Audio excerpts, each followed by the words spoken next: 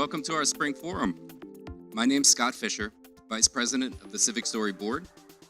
CivicStory's mission is to advance solutions-based news about citizens and organizations creating change. Liza, I'm going to start with you. What is solutions journalism in a few words, and what are practices that are in need of change? Solutions journalism, we call it a technique that consists of reporting on responses to societal challenges with the same rigor that you use to report on the problem itself. So you do training for solutions journalism, you go to newsrooms and you teach them how to do this type of journalism. How readily accepted is it in the newsroom?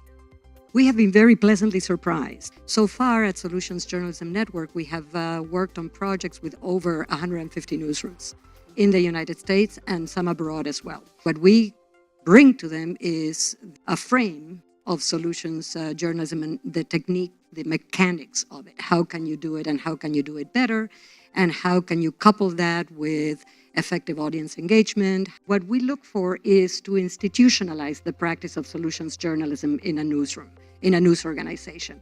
You do your investigative reporting, you do your interviews, you do your breaking news, and then you also do your solutions journalism.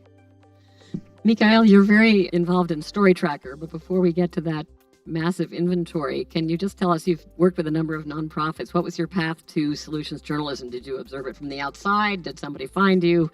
So before joining Solutions Journalism Network, my work was a little more into journalism and also international affairs. I actually met up with Solutions Journalism on a project with Huffington Post about 2 years ago. Solutions Journalism really blends the evidence, the journalistic aspect of it. As we define solutions journalism, just quickly, since we're here, because we can't go into more details, is simply rigorous reporting about what works. Base your reporting on the evidence, as any type of reporting does. That is a solutions journalism story. It's a technique. We have stories that are 800-word stories and are perfect solutions journalism stories. We have series that are 12-part, 16, 18-part series. An ambitious project we just completed in Philadelphia, the Philadelphia Collaborative, a group of 15 news organizations in Philadelphia, reported for almost 2 years on the issue of reentry. That collaborative produced over 200 stories. Solutions journalism works best when journalists tackle something that is in the public conversation already.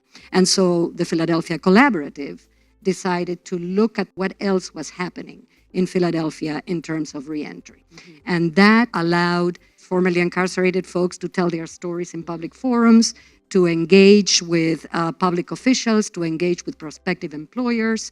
And so it was a very holistic effort, and it certainly did change the conversation in Philadelphia around reentry.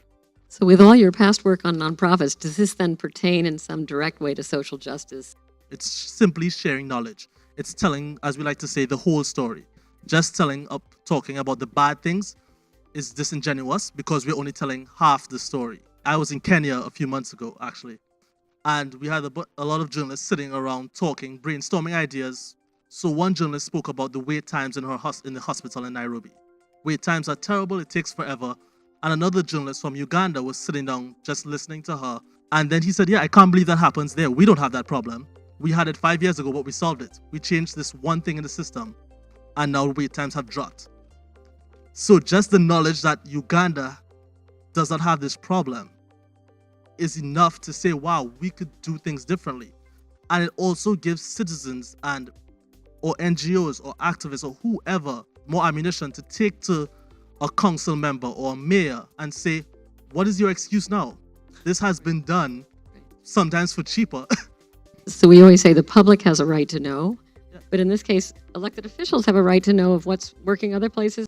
And I always tell our prospective partners or our partners, somewhere, someone is doing something about this. You can bank on it. We have not yet come across any problem that we cannot find evidence of some response that is actually having a track record of success. Absolutely. Thank you.